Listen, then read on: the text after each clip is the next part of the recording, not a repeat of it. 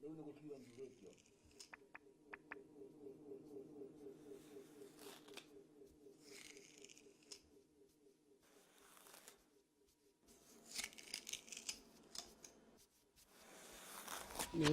mau tugakimihairie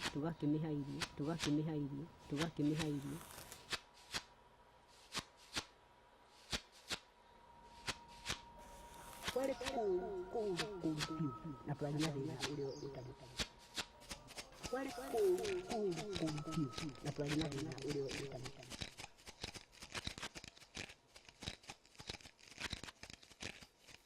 Rĩu harĩ ho ndaturĩtio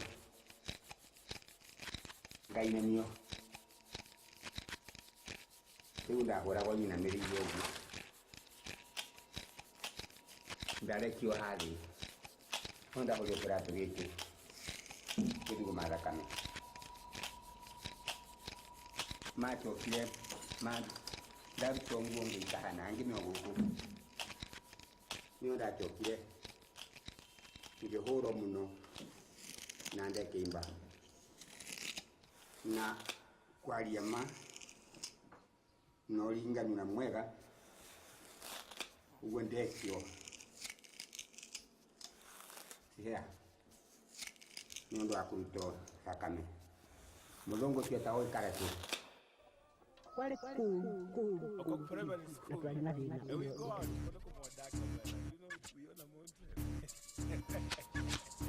I am unbogable, I am unbeatable, I am unsuable. So if you like my song, sing it to yourself. Who can do over me? Hey, hey. Who can do over me? I said, who can do over me? I am unbogable. Who can do over me? Who can do over me? I said, who can do over me? I am unbogable.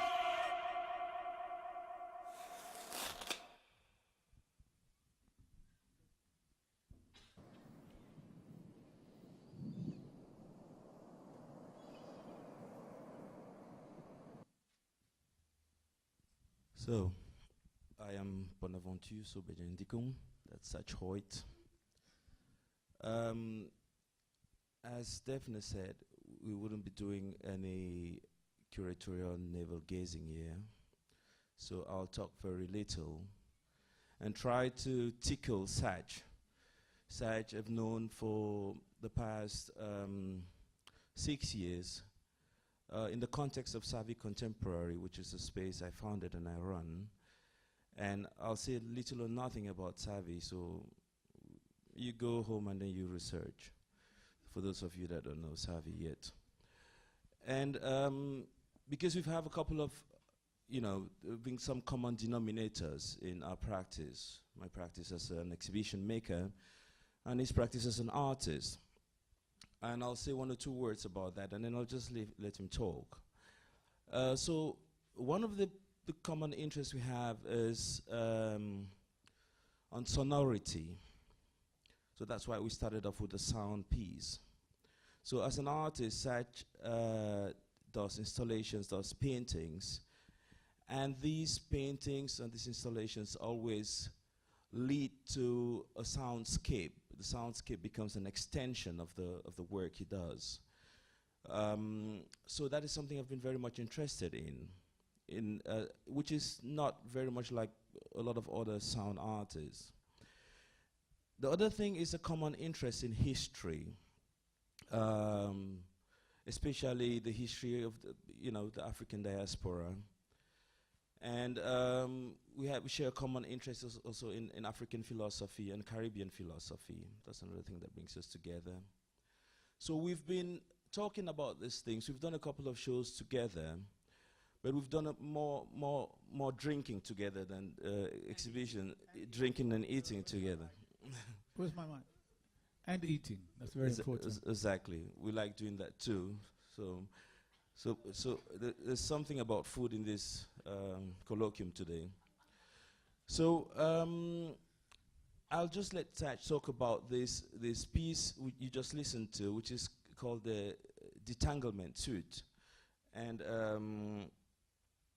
which has something to do with an exhibition we did riding celestial chariots, and he did a performance with 14 black women combing their hair, so you could get that, so which go ahead. Yeah, so I mean, it's very important to understand that the initial sound that you heard in that sonic text, because I don't like to, the sounds that accompany my work, I don't term them as soundscapes, I term them as sonic texts. So the first sound that you actually heard was the sound of women combing their hair. In that instance, in fact, the first time that I did that particular sound was for a show at the Brooklyn Museum. And I invited two women, one with an extremely large afro and one with a shorter afro, and I gave them different combs, a plastic, what we call an afro pick, a plastic pick, a wooden pick, and a metal pick. And so that's the sound. So, and that accompanied a work that I did, which was actually a comb made out of glass. And then I was in Africa, I was in Kenya, and then I did another comb out of ebony, and that's when I did that soundscape. So then I took the hair combing and I put witnesses of people that were actually incarcerated by the British during the Mau Mau period, and they were talking about the horrors that they actually lived during that particular period. So that's pretty much on that piece. Yeah, but I wanted to stay on that piece a bit, because when we did the project, it was also very much about what the hair means, what it does, Yeah, the politics of hair, African hair. Yeah, well, in fact, like, there's the pain. Yeah. Everybody that has such hair knows what it means. When you sit on the laps of your mom and she combs the hair at the age of 5. Exactly. You get that thing, but which means a lot as well. Yeah, the detanglement suite, and that's the title of it, and that says a lot in itself. And the idea that in the diaspora and in Africa, the codes are actually passed down from mother to children through the actually hair combing process. And so with Bonaventure, we talked about making this actual sound piece into a performance. So initially it was just two women in a recording studio in Brooklyn, and then I said, well, how about making it a performance? And then through a lot of discussions, it was around that period of the Berlin Congo Conference, and the Kaiser actually invited 14 European countries to Berlin. And I said, well, let's get 14 women, African, Afro-Deutsch of the diaspora, and let's do it live. And so, and that's exactly what we did. And it was extremely powerful as a live performance, especially in the context of, Germany. Most people that go to gallery shows are white, and they don't really understand the politics of that hair and the pain that that one goes through in that. So this was a very good example of a discussion from what could arrive from like discussions that we've had on various occasions in regards to creating work for exhibitions.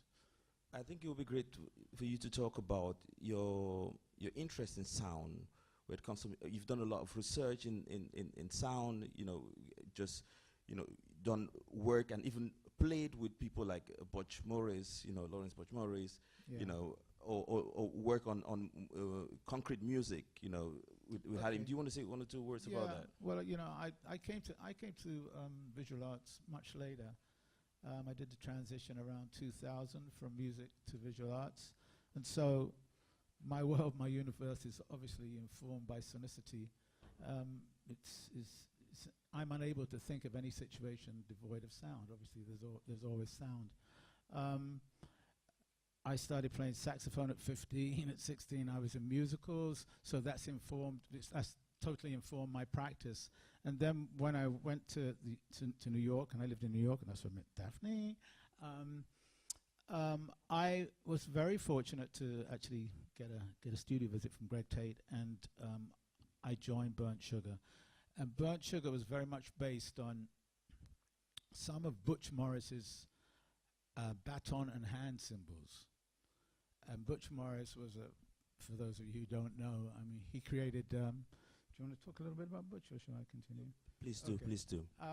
He created this system of conduction, which is totally unparalleled to John Cage, Steve Reich, so on and so forth. And during a compositional study that he was going through in LA, he asked the professor, well, what about if I want to go back to letter B? And they said, well, that's absolutely impossible, because that's not what the composer wanted. And he said, well, I'll prove otherwise. And he left, and he created a music that he created. He passed away 3 years ago, which is basically composing in real time. There is no notation. Called conduction. Called conduction, exactly. And it could be any amount of musicians. He also conducted orchestras, but he conducted Burnt Sugar. If anybody's interested in that, you can go onto YouTube and you can check out the rights, Burnt Sugar, and that was actually inspired from Igor Stravinsky's Rites of Spring. What about Halim Eldar? Halim Eldar, you know, within regards to this, the context. Just briefly, sound, you know, the then sound we go to art. the next thing. Halim Eldar, for those of you who don't know, born 1921, a precursor to musique concrete. In 1949, he was doing like wire recorded pieces. 90 years old. He's a professor emerit at Kent University in the African Ethnological Department. Amazing man. If you want to check him out, I'm giving props to a lot of great people. Check out the composition that he did for 1,000 drums. So why am I asking this? Because Satch has been working on a concept he's called the Eternal Afro-Sonic Signifier. The migration. The migration. The Eternal Afro-Sonic Signifier, which is something, I mean, when we met the first time and he talked about it, and it's accompanied me since then. You know, I've been writing a lot about sound. Just recently, also the way sound impacts space, the way sound is embodied. So for the Transmedial, I just gave a talk about how, you know, the new migrants in Europe are going to change the space, you know. The fact that people are taking away their jewels from them, you can take away the jewels from them, but you cannot take away the sound they will bring with them to Europe. So this sound is on so many levels. First of all, the silence they would bring with them. The silence, the traumatizing silence will impact space. But also the sound, the bodily sounds, the corporality will impact space. So that has also been very much informed by Satch Hoyt's practice. And I just want you to say 1 or 2 words about, you know, or 3, 4, 5 words about the migration of the Eternal. Okay, so the migration of the afrosonic signifier. I'm arguing actually that that during the Middle Passage, but pre Middle Passage, there was this mnemonic network of sound. And that mnemonic network of sound was actually carried with the slaves acting as portals on the slave ships.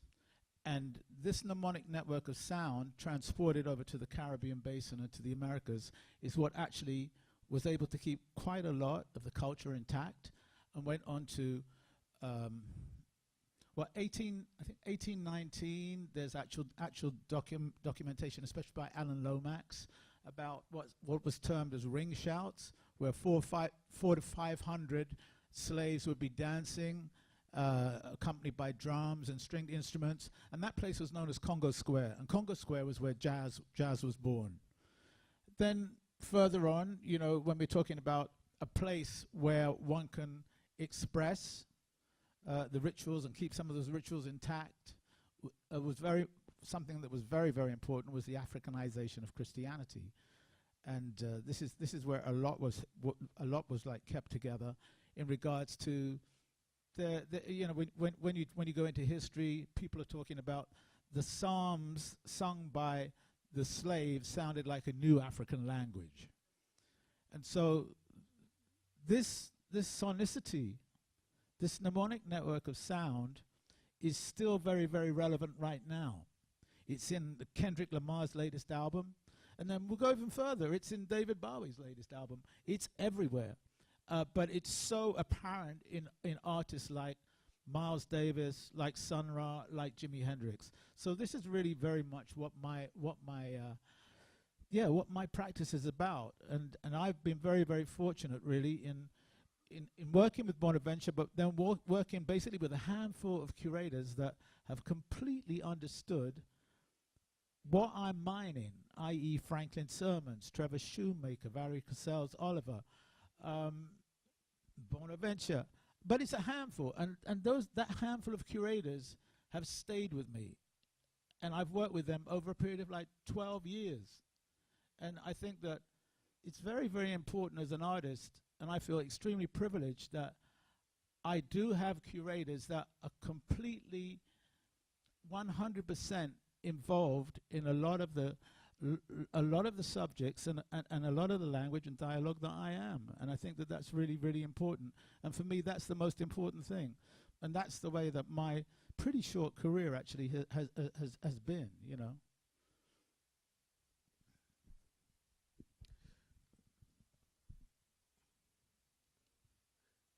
There is, you know, when we can talk a bit about performativity, you know, which you do a lot also, you know, performances and sound, the one you do with Tanford, Biggers and so on and so forth, but a lot of other things, you know, like for the show we did, the performance you did at the end of the show.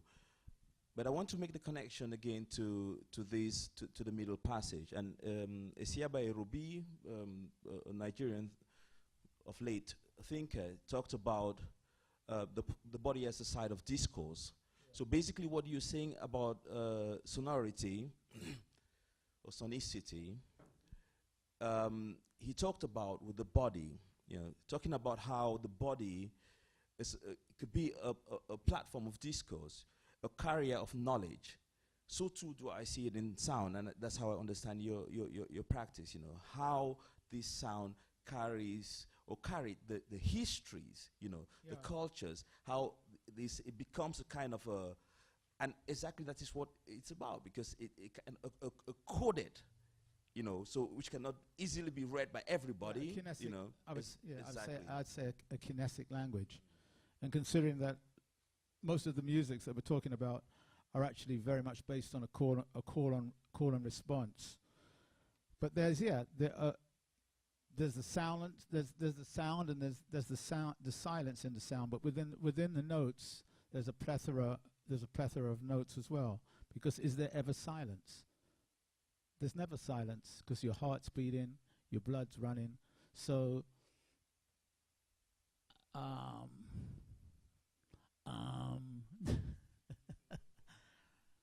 what can I say?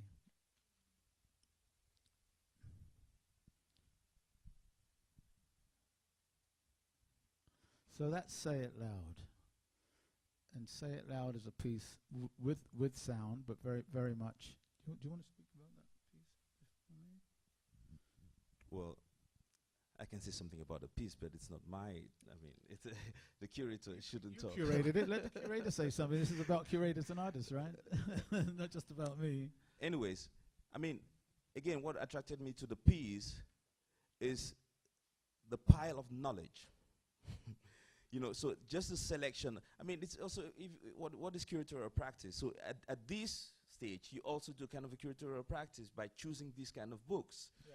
And you pile them up together. So reading the piece is also reading these books. Yeah, exactly. So getting into some of these knowledge systems that are definitely not out there, you know. So that is the first thing. The second part is, of course, bringing it again to the music, you know, taking James Brown, putting him in the center, and then the performative aspect, you know. So people can mount that hill and say whatever they want loud, you know. So and I think that's extremely fascinating, and we did it in a show in Berlin, and again, it's like giving everybody a podium to say something, you know. Yeah. Well, it is a platform for freedom of speech, and I first exhibited that work at the Brooklyn Museum, I think around 2007.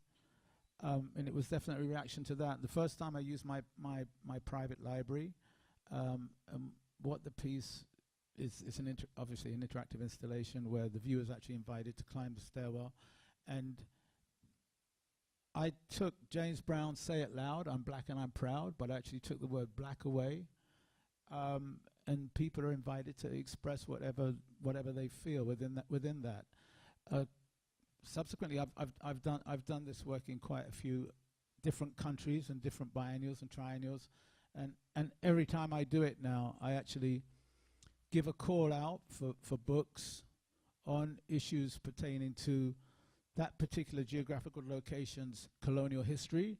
So last year I did it in a hip-hop show at the Institut du Monde Arabe, and then obviously it was about the research books on the history of the Maghreb and also some of Sub-Saharan Africa, forward-thinking musicians, philosophers, and obviously art books. In this situation, this particular one was done in Brussels, and atop is the very poignant book, the Congo, and then King Leopold's Ghost, and so on and so forth. But it's always my interest. There's always this historical aspect to all the work that I'm doing, and you know, I assume that there's always a lot of research with artists' work. But with me, I have this absolute fascination of history, and it's always there. It's always there in the layers. But I, you know, especially with the sonicity, which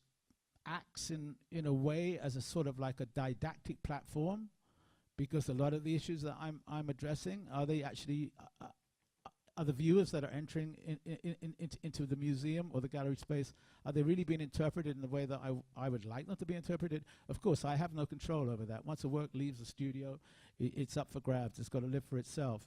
But I feel that with sonicity, and especially if I invite the viewer to actually like use headphones, then I isolate the viewer, and then with my sounds, I'm telling a story in a way very much in a griot fashion, in a bluesman fashion.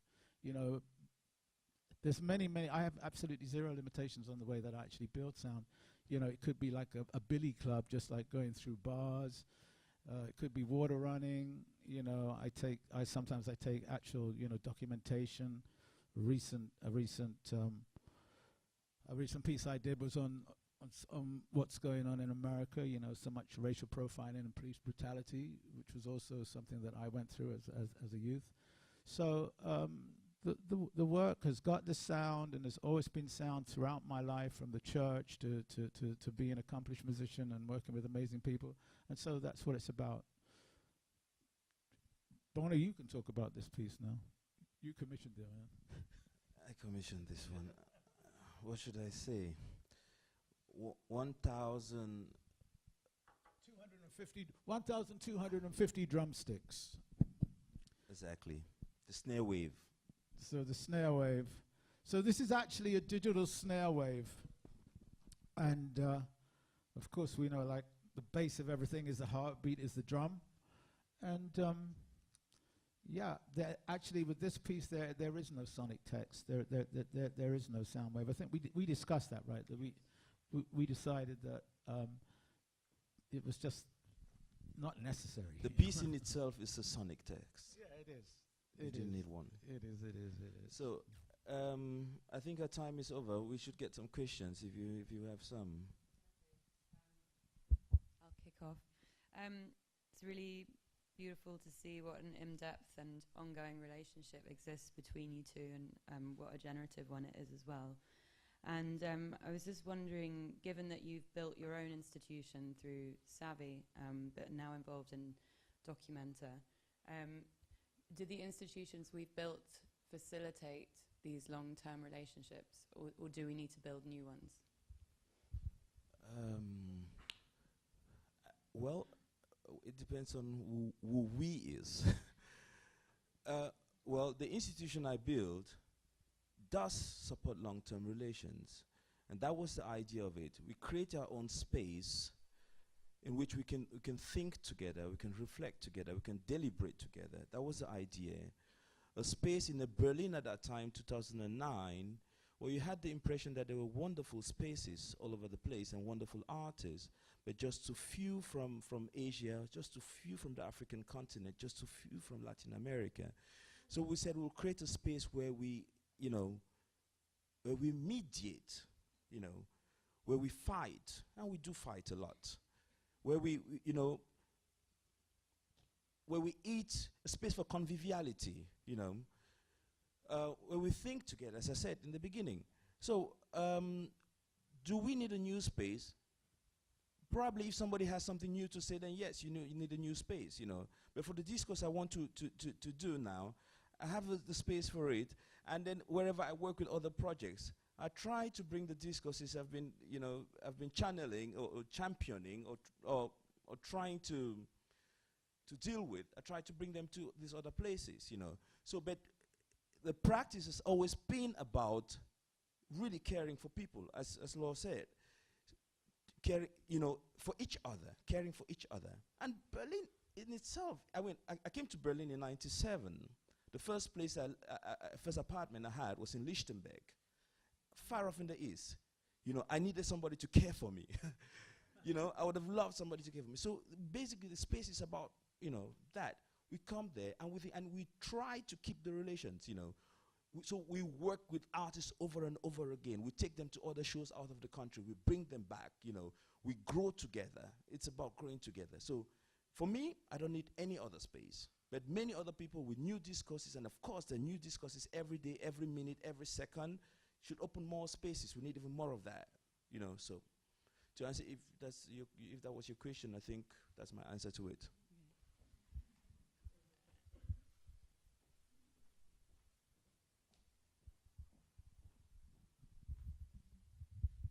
Thank you very much. You've talked about sound very much from a conceptual point of view, not so much from an experiential point of view. And I'm very curious, you started talking a little bit about this, that you use headphones, and headphones are a way of really taking over the space as an artist, or at least, creating the situation that you want your recipient, your viewer to be in. How do you both also in practice negotiate these listening experiences maybe that you want your works to achieve? How can a curator help you in that? How does a curator have to understand what you're doing? Okay, well for me, I'm seriously not a prima donna. That's the first thing, okay? I don't start stamping my feet and getting all crazy. I really, really want to work with the curator.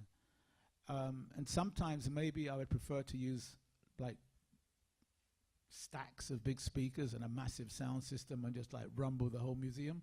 But then if I'm in a group show, that would just be purely egotistical of me. So I'm okay with headphones because, as I said, a viewer coming into a space like this with a whole bunch of people in there, or with a friend and loudspeakers going on, that conversation that they're having is going to continue. But if they have to put the headphones on, you isolate them, you trap them, you've got them, and that's very important. So in regards to how big a piece should be, we can discuss that, where it should be placed within the gallery space, we can discuss that. But I just find that my life is a lot easier, and as I said before, I continuously work with the same curators because it's very important for me to have a relationship. It's about a friendship. It's about understanding, and it's about, at the end of the day, it's not about us. It's about you. It's about the viewer. It's like I'm interested that the message gets out there, and I've got no control, but I would like it to be an environment where you can absorb and read what you want to read. So I do not make the difference between the conceptual and the experiential. It doesn't exist in me. When Savi was founded, we was looking for a what does it mean? What do we actually want to do? So the subtitle was the Laboratory of Form Ideas, hyphenated. So those things disappear. In any case, what we try to do is disappearance. Okay, at some point, we also disappear. That's very important. So again, the experiential. So we see ourselves as a performative space, So a space in the becoming, first of all. So all the works in there should be, experienced in the sense that you leave the work, you become part of it. You try, that's the idea. You get into the space, from the discourses to whatever, it's embedded in the pieces. You get into the space and you live it. It's the lived experience. That's all I'm interested in. So it's something phenomenological.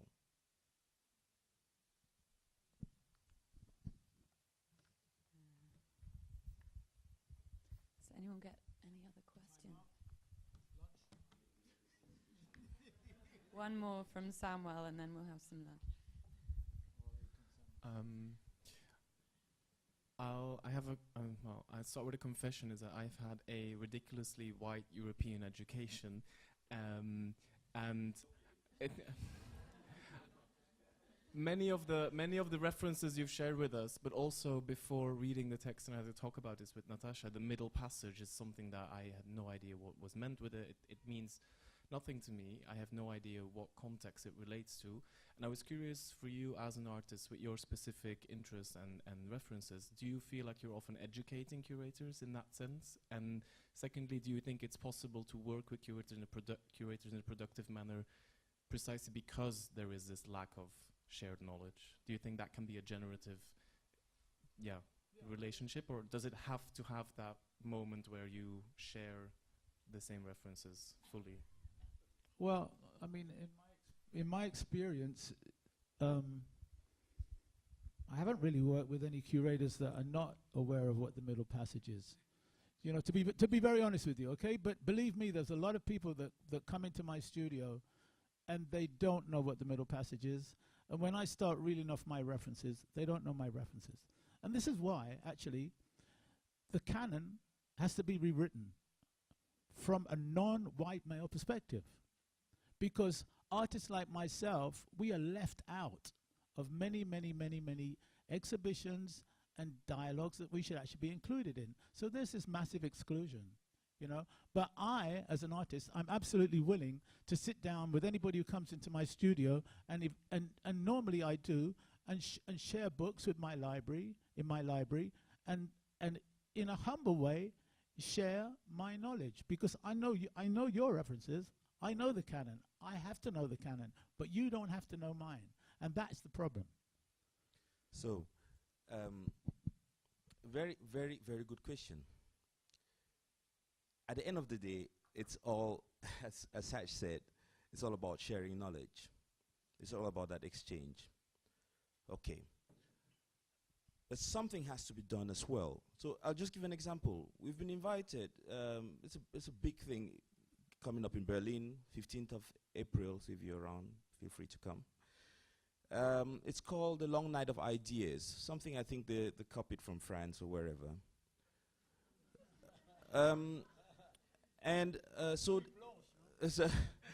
So they invited a couple of institutions, you know, Savvy being one of them. And they said, what do you want to do? Propose something. So I sent a concept to them saying, on that night of the Long Night of Ideas, which was actually meant to be from 7 p.m. to 11 p.m. So that's a long night. So what I sent to them was the following. Say, on learning the given, a long night of ideas starting from 6 p.m. to 6 a.m. So what are we going to do? We're going to invite people, artists from all walks of life, to come from 6 p.m. to midnight and talk about how we do unlearn those ideas they actually want us to talk about. Again, so talking about, you know, what kind of knowledge or knowledge systems are propagated. Lewis Gordon said it very brilliantly, said, just the fact that knowledge exists just in singular says it all, says that it's a concept of somebody going out there saying that my knowledge is the singular and the supreme knowledge. You know, what about all the other knowledge systems? Bonaventure de Sousa Santos talks about the epistemicide. You know, the knowledge systems that have been destroyed, like going around with the pesticide. You know, so before we talk about ideas, long night of ideas, why don't we unlearn certain things we've learned that are not necessarily right? So we'll do 6 hours of unlearning, and then we move on to the next stage of the long night of ideas, which will be 6 DJs playing every hour from midnight to 6 a.m. as part of the unlearning. So we unlearn with the body as well, you know. So we embody the music, and then we drop off some of those things we've learned, you know, in the past years. So just to say that again, it's always about, you know, learning from each other, but also, you know, taking off some, you know, some of the crap we've learned, you know, I mean, brilliant examples. My son was listening to Burning Spear, and Burning Spear singing, Christopher Columbus is a jam-blasting liar. And then he asked me, what does that mean? And you can imagine, he's 5 years old, and my difficulties of explaining who Christopher Columbus was. And why is this guy singing that Christopher Columbus is a jam-blasting liar, you know? And so it's about that. So it's about unlearning those things, you know. So because Christopher Columbus did not found America. So about these things, you know, so that by starting there to say, okay, we create some space. So hopefully he'll grow up knowing that there were people in America before Christopher Columbus came. Thank you.